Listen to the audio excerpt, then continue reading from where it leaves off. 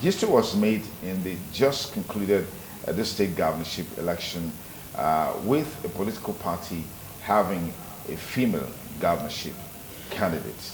Not even the what some may refer to as the big political party considered having a female deputy governorship candidate. But People's Redemption Party gave their governorship ticket to a female in the person of Patience Ndidi Key.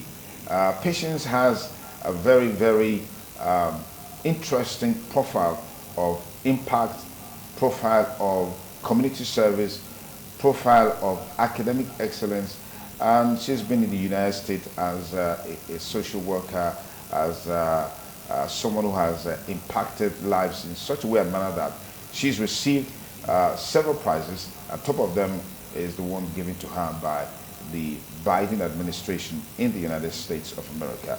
We have in our studio Patience Ndidi Key, the PRP governorship candidate in the just concluded the state governorship election. Patience, thank you so much for coming on the show. Thank you, my pleasure. Good morning in the state. It's a delight to have you here.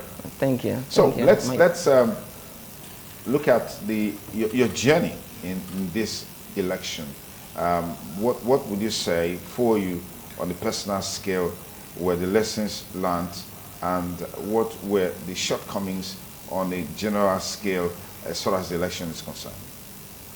Yeah, I would say, like you said, I agree with 100%. History was made because so many women are afraid of a lot of things. Even when we have a lot of men supporting women in leadership, history was made. At least the young girls, the ladies, the women are now, proud of themselves that yes, things can happen. And it's not just having a woman as a leader or a woman on the ballot, but someone who's visionary, someone who understands leadership, someone who understands compassion, who understands commitment when leadership is given to them. Understanding that leadership is a task, is a responsibility. So history has been made in our state, and we're not going to stop at that. It's an open door. Is an access for us to begin to move forward. Then the shortcoming, my party is a great party.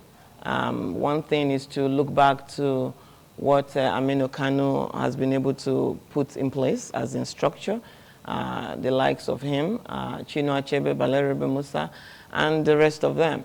Another is those who are, leaving the legacy to be able to follow the structure that has been put together. I thank God for the national.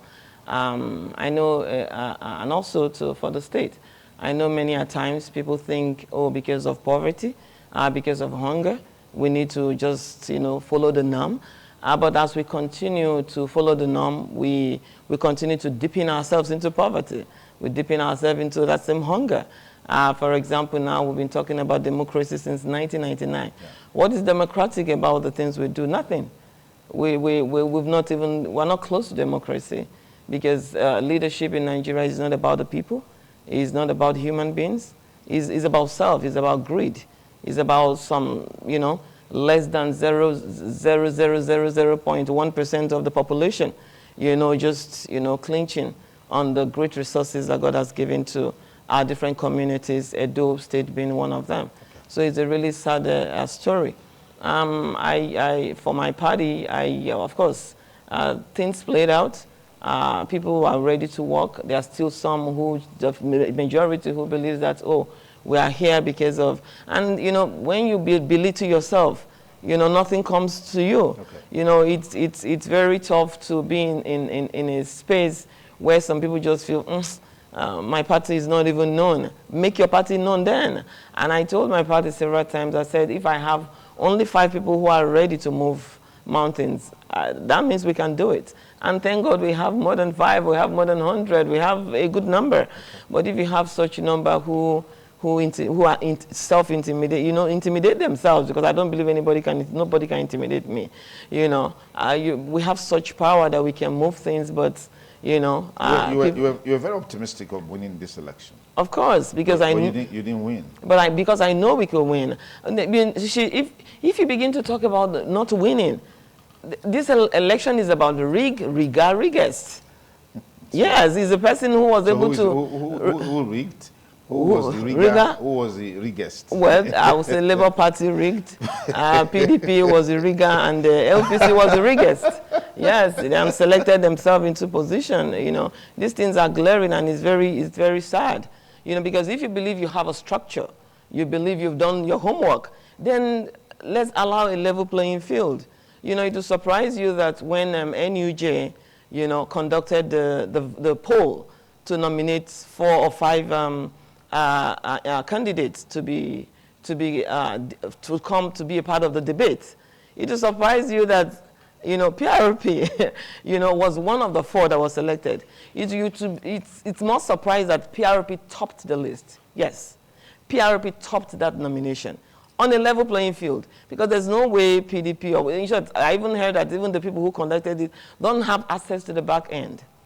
It was free, it was fair. Okay. You will be surprised, PRP. And I was telling my people in the media, I said, you see, if PDP of APC topped that nomination, you say, oh, it was APC topped it, but we selected 4. But now PRP topped that nomination. You can imagine if that was the election. Okay. You know, so if there was a level playing field, I believe PRP could have won that election. Because people wanted something, not just something different, something, you know, transformative. What are your major misgivings about the Edo State 2024 governorship elections? The implication, the misgiving is this vote buying and, you know, exposing ourselves to be a part, to be those that, you know, they can give us money and we take it for, you know, for thinking maybe, I don't know whether we think that will be good for us for the next 4 years. You know, this has been since, you know, the determinant factor of Nigerian democracy or electoral history has been vote buying since 1999. And it's sad, okay? So since 1999, we're talking about 25 years now, right? You know, close to that. What has this done for us? Because from 1999 till now, I don't think any state, I know. I ran for presidency, so me and my team, we went through the 36 state and FCT directly or indirectly. No state is developed. No state has seen where Nigeria needs to be since that period. So, you know, opening ourselves, you know, for people to induce us, reduce us to nothing, by giving us 10,000, 5,000, 15,000, you know, it's a big misgiving. I think the people need to wake up. You know, I was asked in Channel TV, you know, is this the will of the people? At times, you don't even know how to define it. It becomes the will of the people if I say, give me 5,000, 10,000 to go, and that's what I want. It's sad. So, of course, you know, yes, they were induced. And I don't think it's because of poverty. It's not because of hunger. We are ignorant. Because you can't continue to do the same thing over and over again and think that one day, maybe 4 years, somebody will just come. These people know what they are doing. They know they are not there for you. They know they don't understand leadership. They know they are not there for the people. They know, you know, it's about self-interest. They talk about your party, not necessarily that the party is young. The party has been there for a long time. Yeah. But in terms of impact and presence in Edo State, maybe it cannot be rated like the other 3 that you mentioned or some other parties that you mentioned. There were talks about the level of structure that you had in Edo State to be able to drive this election. Perhaps that's responsible for the impact that you made. You're very correct. Yes, I agree. And it's not that the leadership couldn't have been able to do that. They have, you know, I've told my people several times, there's something that's called stability and sustainability. Okay. You don't wait till when it's time for election for you to begin to run around. This is thing you do over time. It's about strategy, it's about branding. Mm-hmm. You don't wait for customers to come to your door to buy your business before you begin to stock up. You should be stocked up. You don't wait to have someone running in your party to be able to stock up. You know, the popular party that the so-called that we talk about, They win souls all the time. They do things all the time. They're in the space all the time. People know them. And when you're able to do that, whether you're 5 or 10 or whatever in the party, if you believe in this party, if you believe in true governance, if you believe in good governance, you believe in transformation, you know why you are a leader in a political party. It's all about, I told them, you don't need to put money in your mouth to tell somebody you're buying something in the market. This is PROP. Give your cards, give your pamphlets in your churches, in your places of work. Be proud of who you are. Yeah. I knew about PROP. I knew we didn't have all that before I decided. I entered PROP intentionally. It was intentionally. It was a deliberate action. I saw PDP, I saw APC, I saw other parties. Before I joined PROP, it was intentional, and I knew things can be transformed. You had contested for the president. You participated in the presidential election before as a presidential candidate under the platform of PROP or on another party? The same PROP. Okay, that experience didn't show in this election, because you said while you were contesting as a presidential candidate, you went around the 36 states of the Federation. Yeah, and you saw poverty. By your own analysis, no meaningful development has taken place in these states of the Federation. Yeah. That experience, did it show in this election? The presidential election that you have, I mean, yes, presidential election that you participate, it did show in this election in terms of your rating in this election? Yeah, I was an aspirant. I was, of course, I don't want to go into that, but I was cheated out during the primaries. But thank God, to err is human, to forgive is divine. Absolutely. You know, but like you said, of course, I bought my form, so of course I was a part of the election. Would I say it didn't show? It didn't show in sense of people knowing that I ran, or what do you mean? Okay. Is everything put together? For someone who ran participating in the presidential exercise like the presidential primaries of your party, one would have expected that would have been a launch pad for you to galvanize your status even at the state level. Yeah, those who know. Again, are you supposed to have those who will know and those who shouldn't know? Everybody should know. Yeah, of course, you're right. That's what I was trying to explain. You see, the people, I can't do this all by myself. We needed that, even if we have the structure, we might not have thousands and thousands of people in different local governments, but in every local government we have representation. Okay. You know, so when people are not pushing, like I said, PRP is not a new party. PRP is the oldest party so far, 1970, 78. So right now is the oldest party, But if the people don't believe in themselves, it becomes a problem. I don't live here. I've been here since last year, traveling back and forth to make this work. That means I've left business, I've left children, I've left work, I've left family to be here because I believe in my people, I believe in my state, I believe we can do it, So we say it takes two to tango. Right now in politics, it takes a majority to tango and all that. So truth be told, there were people who just believe they can't win. And that's very sad. So, but when they began to see how the names were being mentioned, anywhere they go, PRP, that we did polls, a clear-color polls, PRP came out, but it was too late and all that. And again, just a lot of other things that it's not little, that's, we've talked about it as a family, and I just believe PRP don't need redundant leadership. I saw redundancy. It's very sad. I saw people who don't think they are competent, and that didn't go well with somebody like me who came with energy, my little resources, friends' resources, knowing fully well that we can do this and all that. And I'm believing, working with the national and the state, that over time and starting from right now, that things begin to to change. Let's really talk about the roles of some critical stakeholders like the umpire itself, INEC, and the security agents in this election, because there have been questions and concerns about the roles they played and how they played those. Were you satisfied by the roles of these critical stakeholders? You see, the way I'll look at it is this. If INEC saw people buying votes, because INEC umpires, INEC agents or staffs were supposed to have been present everywhere, which that's what's supposed to be. If they saw people buying votes and they kept mute, that means we're in big trouble, and we'll continue to be in big trouble.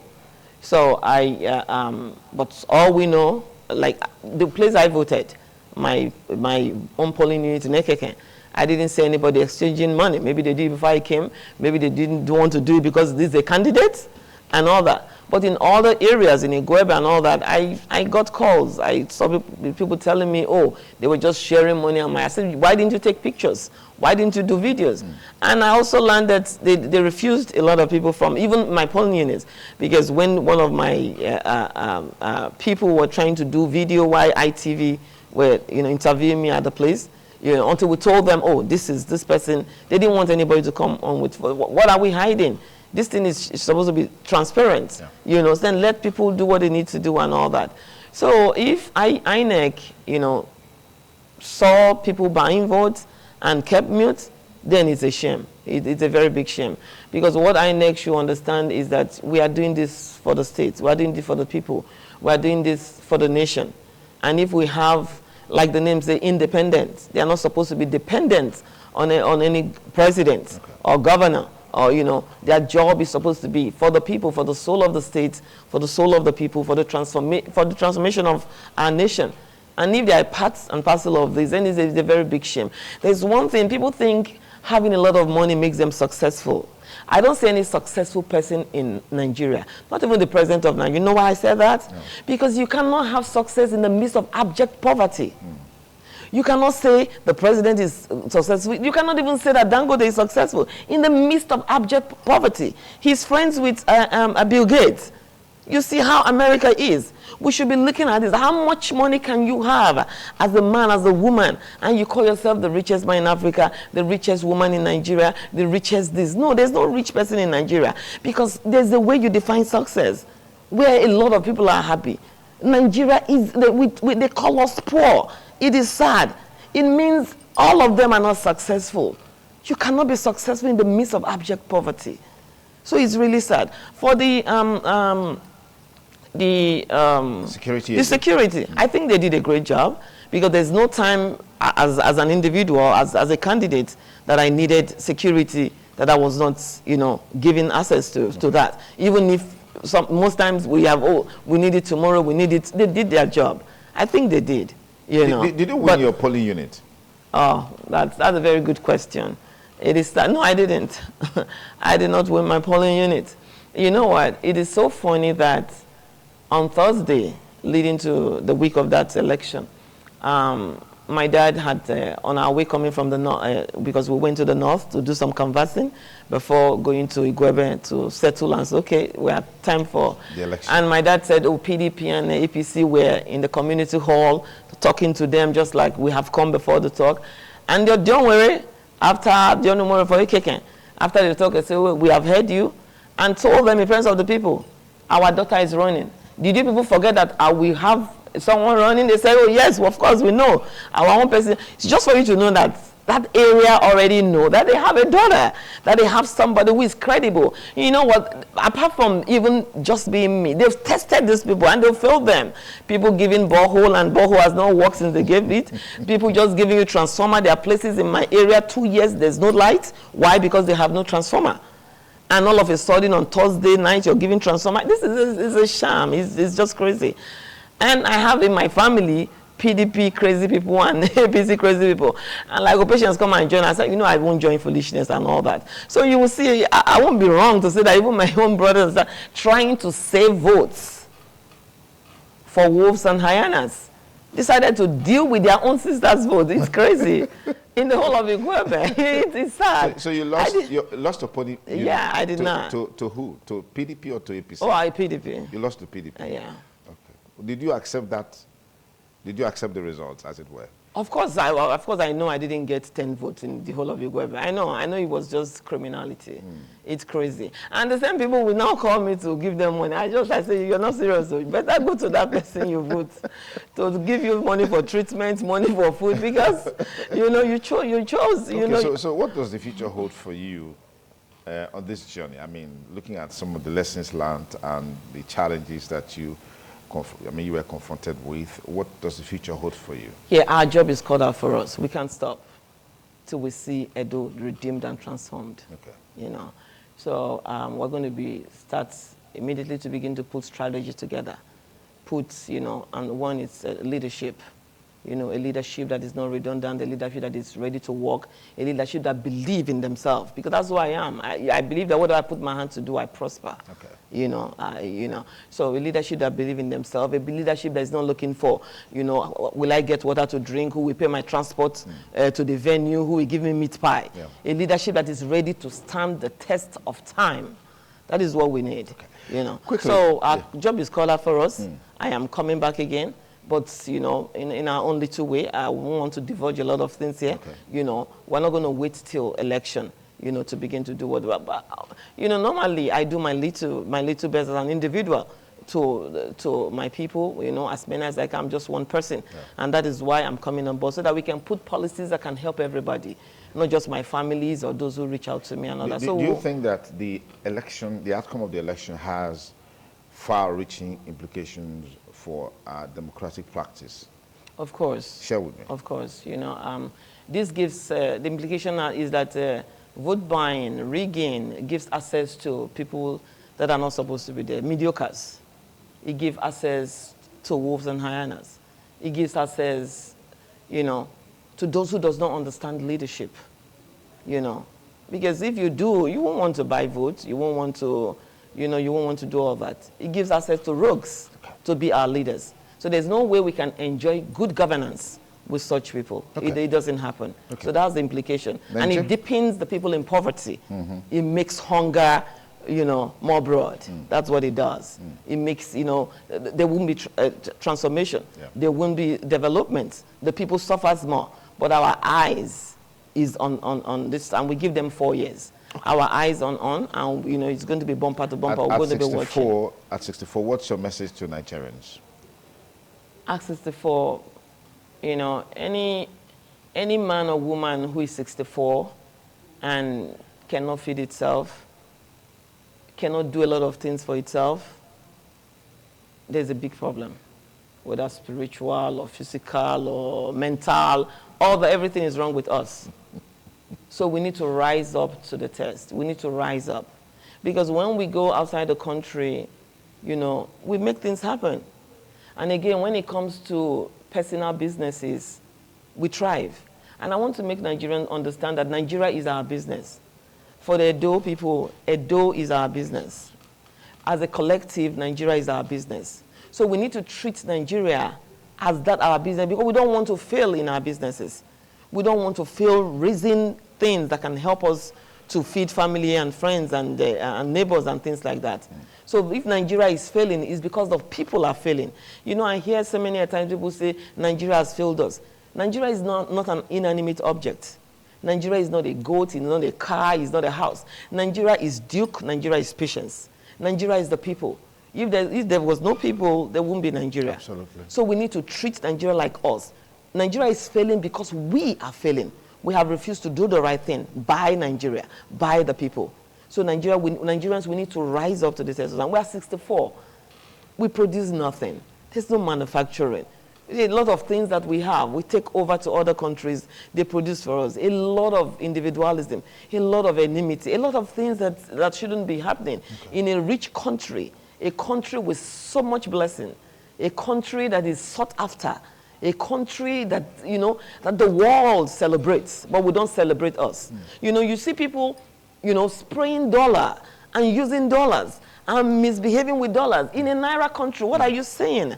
You're saying we should be enjoying inflation and hunger and poverty. Even some people even want primaries, spreading dollar all about. So this is very sad.